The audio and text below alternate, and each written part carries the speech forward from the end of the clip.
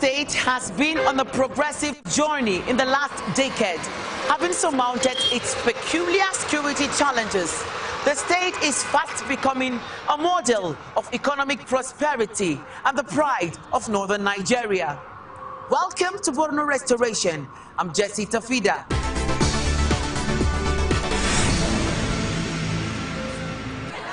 Millions of people in the northeast region have been traumatized by the 13-year Boko Haram insurgency.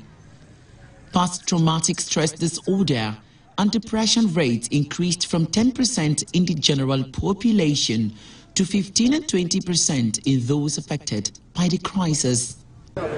This is the context in which the Justice Development and Peace Commission, in collaboration with Caritas Germany, organized this stakeholder conference. The purpose is to discuss future directions for offering survivors of the Boko Haram crisis psychosocial support. They need to support the people with psychosocial support. So this is what is becoming very eminent now. But that is not to say that we rule out the livelihood and then all that. We have to see them as components that must go together. The first thing they need is for us to support them and then to draw them near and then to care for them and to provide for them all the necessary things that they need to move ahead. Over the years, humanitarian response has focused mainly on provision of food, shelter, and physical health needs. Mental health needs remained largely overlooked. The effects of trauma is what I would describe as insidious. You don't notice it, but it's there and it's very, very real. And it only begins to come out when the individual has gone beyond his coping capacity. And so it's something that we all need to pay attention to. Resource persons at the conference revealed that millions of survivors are still suffering from post-traumatic stress disorder, psychosis, depression, and sometimes suicidal thoughts, which needs to be addressed. A 7-year strategic plan for Salama Center of Rebuilding Resilient Communities in northeast Nigeria was unveiled during the summit. JDPC, with its team Social Service Delivery and Rebuilding Northeast, holds that government, development partners, CSOs, religious and traditional leaders all have a role to play in promoting peace and togetherness in the region that has suffered 13-year Boko Haram insurgency.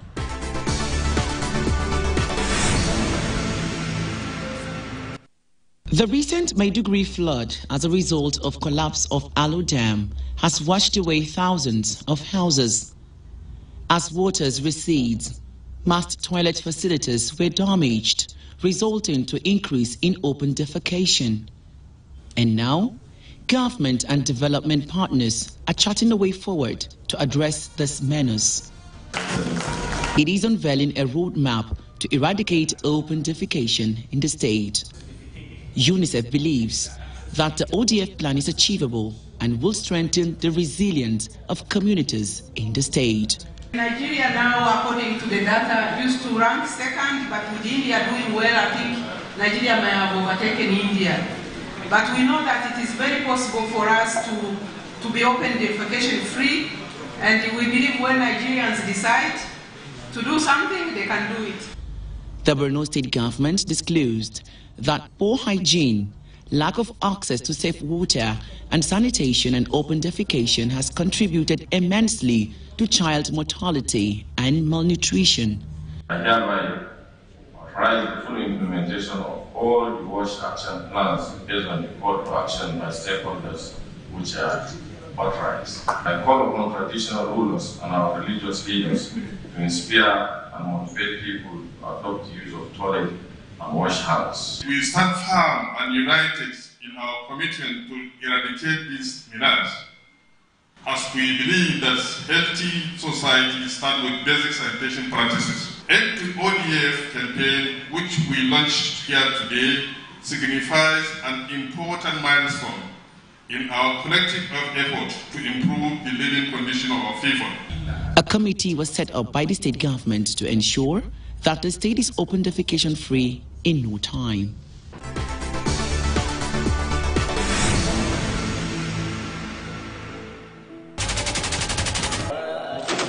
In July 2009, the Boko Haram insurgency began in Borno State and spread to other northeast states of Nigeria, claiming hundreds of lives of security agents and civilians.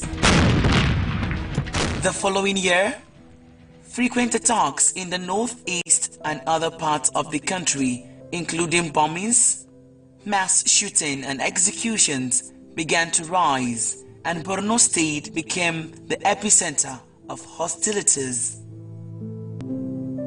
At the peak of the insurgency in 2014 and 2015, the northeast had become a no-go area. Many were advised to avoid the region, especially Borno State.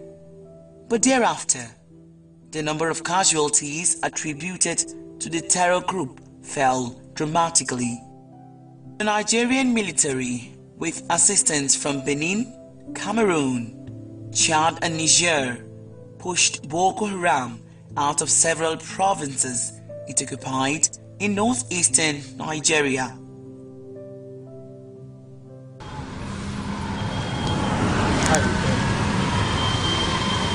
After years of the protracted conflict, Borno State, the epicenter of Boko Haram insurgency, is fast becoming a safe haven again. The city of Maiduguri is now back to life. The state government has built many mega schools and primary healthcare centers, constructed roads, and returned internally displaced persons to their ancestral homes. Thanks to the continuous efforts of the military and the Borno State government, which has taken security as the most critical part of its developmental agenda.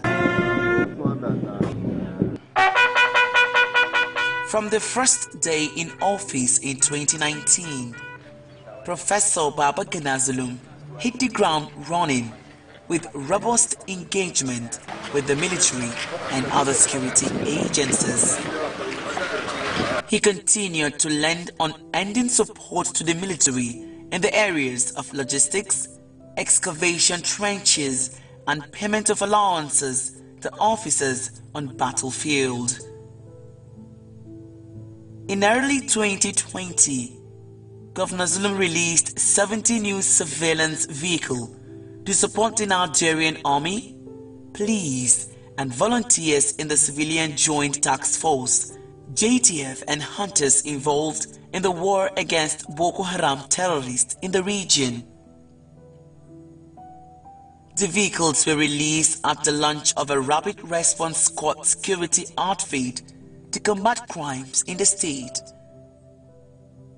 Some of the vehicles are being used by the hunters and civilian JTF for patrol operations on major highways in the state, especially the Maiduguri-Damboa Road. The highway has been reopened since 2020 after 13 months of closure following the gains recorded by the military.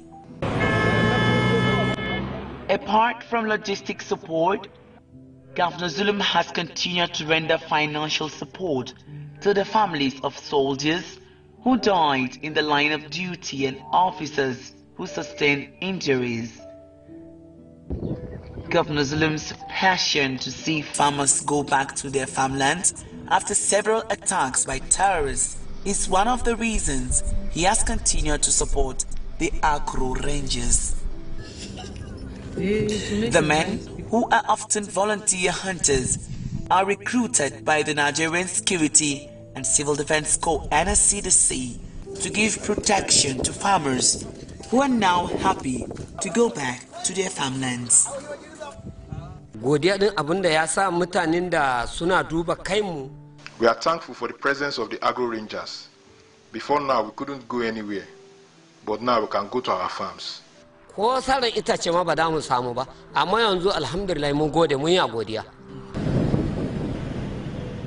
Since 2019, Professor Zulum has been engaging the services of thousands of hunters from different parts of the state to join volunteers in the civilian JTF and vigilantes. Additional 1,000 hunters were inducted by the governor to join the others in the ongoing war against Boko Haram. The governor also increased the monthly allowances for all the volunteers, provided kits, surveillance tools, and hundreds of vehicles to the units in all the 27 local government areas of the state. The engagement of local hunters have become part of the success story of Borno State. Their active involvement in tackling security challenges in the state cannot be overstated. So far, so good, so far, so commendable. Because compared to 2014, 2015, as of now, we can say that, the yesteryears is now coming back. If you come to Maiduguri and see in the past, 5 to 6 years to date, there is, marginal improvement. As the issue of insurgency is not a one-man job, we all have put hand in deck so that we can see the end of this insurgency across not only in Borno State, but Northeastern State and Nigeria in general. Borno, a state grappling with a decade-long insurgency, has continued to show optimism and hope that the restoration mission of Professor Babagana Zulum is unstoppable. Just like the phoenix rises above the ashes, the state is on the verge of reclaiming its lost glory as the home of peace and the pride of the Sahel.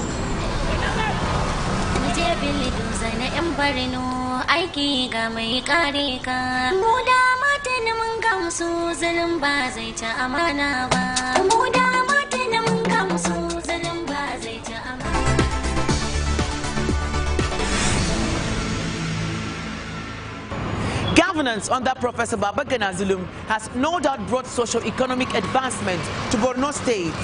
Development has been all-encompassing, touching the lives of the most vulnerable persons in the state.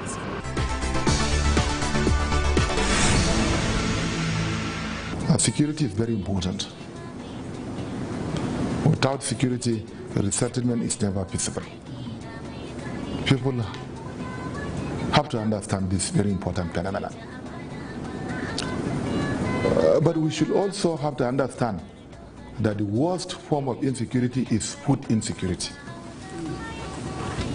This is the worst form of insecurity. Thousands of people are kept in the internally displaced persons for about 6-7 years who have no access to the agricultural lands. And there is a donor fatigue now. The NGOs can no longer sustain feeding of our internally displaced persons. Government of Borno also can't. And therefore, the only solution left for us is for us to ensure that the IDPs are returned to their ancestral locations. That is one, where there is security. But where there is no security, they have to be relocated to areas where there is security. And that is what provided for the construction of our 10,000 housing units to internally displaced persons to be relocated. We have started relocation, but we are very mindful of the security situation. For us to return population to their villages, we must have clearance from the Nigerian army that the areas of return are safe, and that is why IDPs have to be returned based on safe and voluntary manner as enshrined in the Kampala Convention. To be affect more than what I did before. Okay. Yes, because it's not enough for me. Once you say, I say that what I did is quite enough, then I can't do much. For me, I think it's not enough. My dream to the people of Borno State are as follows. One, there should be an enabling environment for farmers and for businessmen, both small and medium-scale enterprises and large businessmen, to do their normal business activities without hitch. That means security will never be compromised. Agriculture is key. Okay. And then next, we want to create jobs as many as possible. And then most importantly, we want to ensure that we have teachers, doctors and health personnel at our primary school level and primary health care systems. This is very key. Without having these key ingredients, security, agriculture, job creation, education, health and water supply, nothing will be feasible. Yes, we have built more homes. Yes, we have built more clinics. Yes, we have built more schools. But the most important thing is the human capacity development. We want to ensure that we have enough teachers, we have enough doctors. Right now, we don't have enough doctors. We don't have enough health personnel teachers. We don't have qualified teachers in our primary school. And I don't want to deceive people of Borno State that we have enough. We don't have. We don't have qualified teachers. And therefore, I shall provide more. Your Excellency, talking about infrastructural development, we've seen a gigantic investment in that. And then Borno State is having, for the first time, a flyover. Can you talk us through this investment? The investment in infrastructure were done because of two main reasons. One, in order to provide services to the people, because these are services, essential services. You are getting what I'm saying? Two, we wanted to address the issue of unemployment. You can see thousands of homes that we build. Can you imagine how many hundreds, thousands of youths were recruited in the course of constructing these houses? So the nexus between infrastructure and job creation need not to be overemphasized. You can see the custom bridge and you can see thousands of youths that are gainfully employed in this area. This is one. The second aspect is for us to create access. For example, the Munagara, the custom bridge. Custom is one of the densely populated areas in Borno State, in Maiduguri Metropolitan, one of the congested areas. Vehicular movement sometimes is very difficult. So we want to ease things to people. It's not by, we are not just saying, okay, we want to have bridge flyover. This is one of the recommendations that has been given to me by the Nigerian Society of Engineers. They worked and then they submitted a document to me during my electioneering campaign period. And indeed, the people of Borno that have requested that I should provide a flyover in the custom area and another flyover in the post office area. A feasibility study was conducted and then we found out that a flyover in the custom area is key, it's necessary. Why a flyover in the post office area is not necessary? Because we can expand the existing facilities to reduce the over-congestion. And that was the reason why we started this one. Road networks are very important. Even for us to ensure free movement of agricultural produce. So these are critical infrastructures that are meant to address the essential services requirements of the people, and then two, to provide jobs to the teeming population growth of Borno State. Now you talked about poverty alleviation, and you have invested massively on vocational institute. I visited one at Muna, and I saw the kind of machineries put in place. What's the philosophy behind that establishment? Again, we want to address the root causes of the insurgency, which are not limited to pandemic poverty, pervasive illiteracy, and unemployment, among others. And that is why we created few vocational training centers in the state. And you have seen the vocational training center.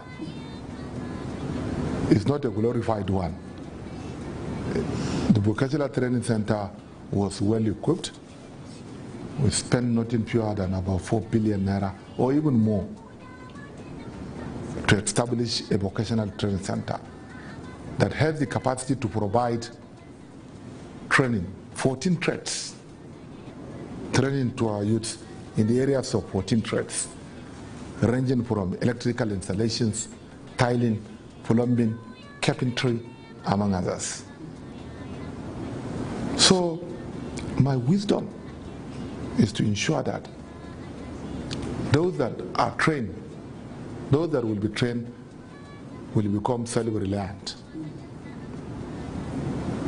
We don't want people to depend on government, and then we want to create jobs, create opportunities that people will be on their own. And that has informed the decision of the government of Borno State to establish more vocational training centers and also renovate the existing vocational training centers. So I think we budgeted not less than about 20 billion naira in order to rehabilitate and then establish new vocational training centers in the state within the span of my administration. And so far so good, we have started well. And it is also one of my electioneering promises to the people of Borno State. It's one of the agenda of my Tech-in-Fact agenda. Okay. So as the executive governor of Borno State, overseeing the hem of affairs of the state, what message do you have to your people? My message to the people of Borno State is that we shall first of all unite together in trying to address the lingering problem of security in the state. Unity is very important. We have to work together as a team. And then we have to also collaborate with the Nigerian military and paramilitary with a view to meeting the state objectives. This is very important. Then my second call to the people of Borno State is that we shall be patient enough. We shall also collectively continue to pray for peace to reign in the state and in the nation at general. But most importantly, we shall never be lazy. We shall try to work so that we can earn our means of livelihood. Let's go to our farmlands. Let's work hard to sustain ourselves. Government alone can never sustain the people. This is key. Then the last but not the least is for the people to become resilient enough. If somebody wants to maintain peace in the state, sustainable peace in the state, then we must ensure, we must be resilient with a view to providing that the environment that is peaceful, environment that is cohesive. We have to also be very strong and defeat the insurgents also, while calling upon all those who are doing this bastardly act to surrender, lay their arms. Most of them are our own children. Government of Borno State will open opportunities for them to come in and see how we can integrate them into the system. I express my sincere appreciation to all people of Borno State, be it within or outside Nigeria, for the enormous support and enormous prayers that they have been rendering to me and indeed to the nation in general. I also want to use this opportunity to all Nigerians. In fact, my supporters cut across the length and breadth of the nation, and I remain eternally indebted to all of them. And I promise to become steadfast, to become more courageous, firm, and then committed ever than before to the noble objective of repositioning Borno State to greater heights. Executive Governor of Borno State, Professor Babagana Zulum, thank you for your time on Borno Restoration.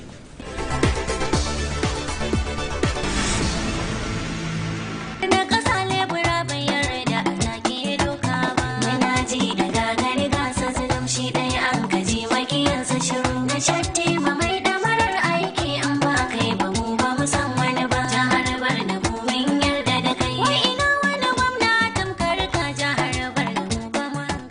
And that's our package on this edition of Borno Restoration. Thanks for watching. I'm Jessie Tafida.